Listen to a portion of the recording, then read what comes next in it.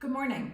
It is a pleasure to be able to share a quick ministry update about what the Lord has been doing here in Peru over the last few months. As a Christian organization that is working with teens and young adults who have grown up in care separated from their biological families, Paths of Hope has had the opportunity to join and serve on the leadership board for a network called Peru por los Niños, or Peru for the Children. We are a Christian network of organizations, churches, and individuals who are serving vulnerable children or have a heart to see children in Peru being raised in a family-based setting rather than residential care like a children's home or an orphanage. Earlier this year, our network hosted an international conference to promote best practices and to share the biblical basis for caring for the vulnerable. The 4-day event was attended by over 400 people from across Peru and 14 other Latin American countries. Both Kate and I were a part of the organizational team, helping with all sorts of logistics, like coordinating volunteers, hosting speakers, and communicating with participants. During one of the plenary sessions, I had the opportunity to co-lead a panel about the various ways we can care for vulnerable children. Participants in the panel included foster and adoptive families, and even one of our Paths of Hope mentors. They shared their testimonies with the goal of helping other participants consider how the Lord might be calling them to serve kids and families from hard places. Paths of Hope as an organization was also able to have a presence during the event. We had an information booth where many of us were able to share about their experience of walking alongside a teenager in residential care. Many of the participants were interested to learn more about how they can become involved in our ministry.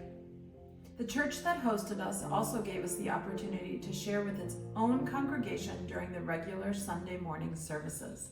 Despite not having participated in the conference itself, many of the congregants came up to us after the service wanting to learn more about our network and ways in which they can participate. It was another wonderful opportunity to share our vision for mentoring and coming alongside youth who are aging out of children's homes and moving into adulthood. We know that children and teens do better later in life and have a greater level of resilience when, earlier in their lives, they have had the opportunity to experience a stable and committed relationship with at least one supportive parent, caregiver, or another adult. Our prayer is that our mentors would become that stable and trustworthy adult to these kids who struggle to find connections in their community. At the end of the 4 days, we were tired, but so thankful to see how the Lord continues to open doors and grow this ministry. Since that conference, I've had the chance to lead 2 trauma-informed care trainings, with a 3rd training scheduled to begin later this month. 47 people participated in those first 2 trainings. Almost all of those participants were new contacts from this conference. And now that the training has concluded, many of the participants have expressed interest in becoming mentors themselves. For me personally, it has been a joy to walk alongside our mentors and witness firsthand the impact that they're beginning to have on the lives of their mentees. Kids who so often struggle to trust any other adult figure have opened up, sharing struggles that they're currently facing, asking questions as they explore next steps in their professional careers, processing pieces of their histories of trauma, and even asking our mentors about their personal testimony and faith in God. We are so thankful to see how the Lord is working in Peru and for how your congregation has played a key role in this ministry.